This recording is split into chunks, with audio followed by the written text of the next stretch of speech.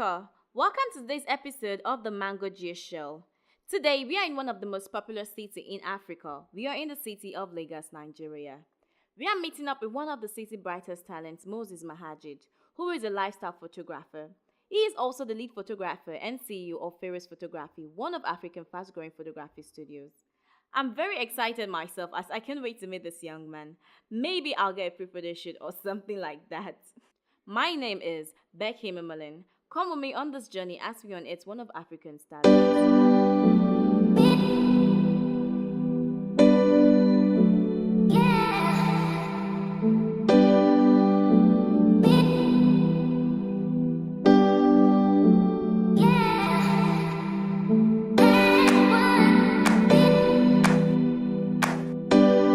My name is Moses Majigaji. I'm the head photographer for Ferris Photography, and I'm a lifestyle and weddings photographer.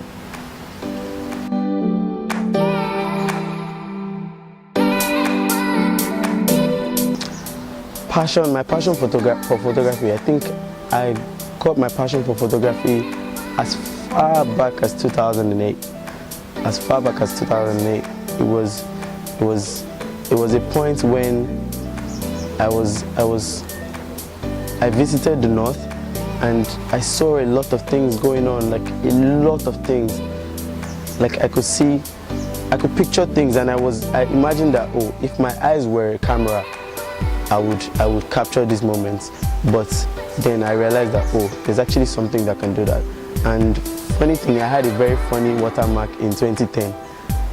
We went on a trip with my friends and I took a very tiny handheld camera. I took pictures of everybody, of moments, and I had one funny watermark. I put my watermark underneath, and when I found those images recently, I was like, oh, okay, and that was as far back as 2010. So I think my passion just built when I started traveling to the north properly.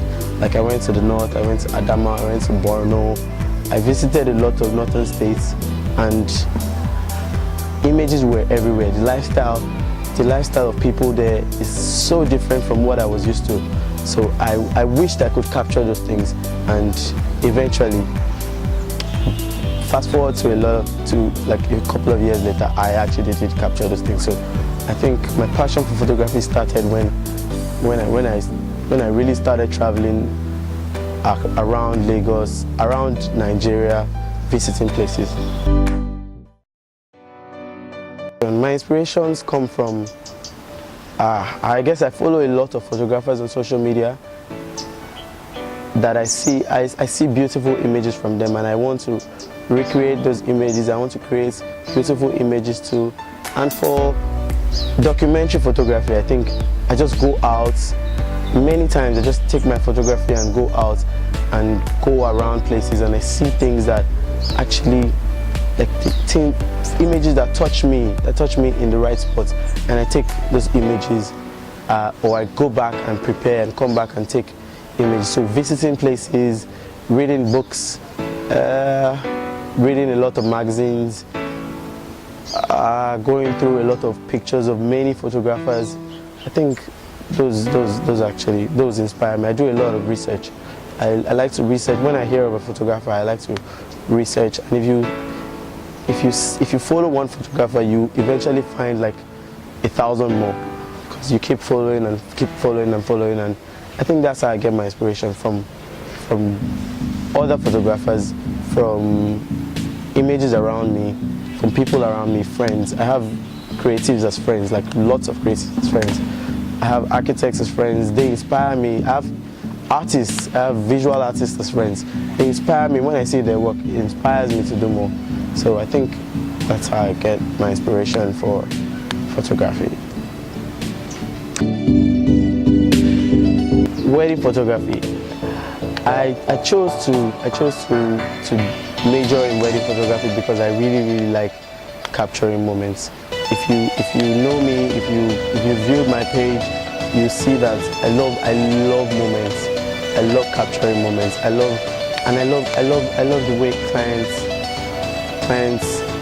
the expressions they have when they see their job, when they see the final job, when they see the emotions captured, when you see yourself crying, I love when emotions are running. I love when emotions are running. So I love capturing moments, and wedding photography just does it for me.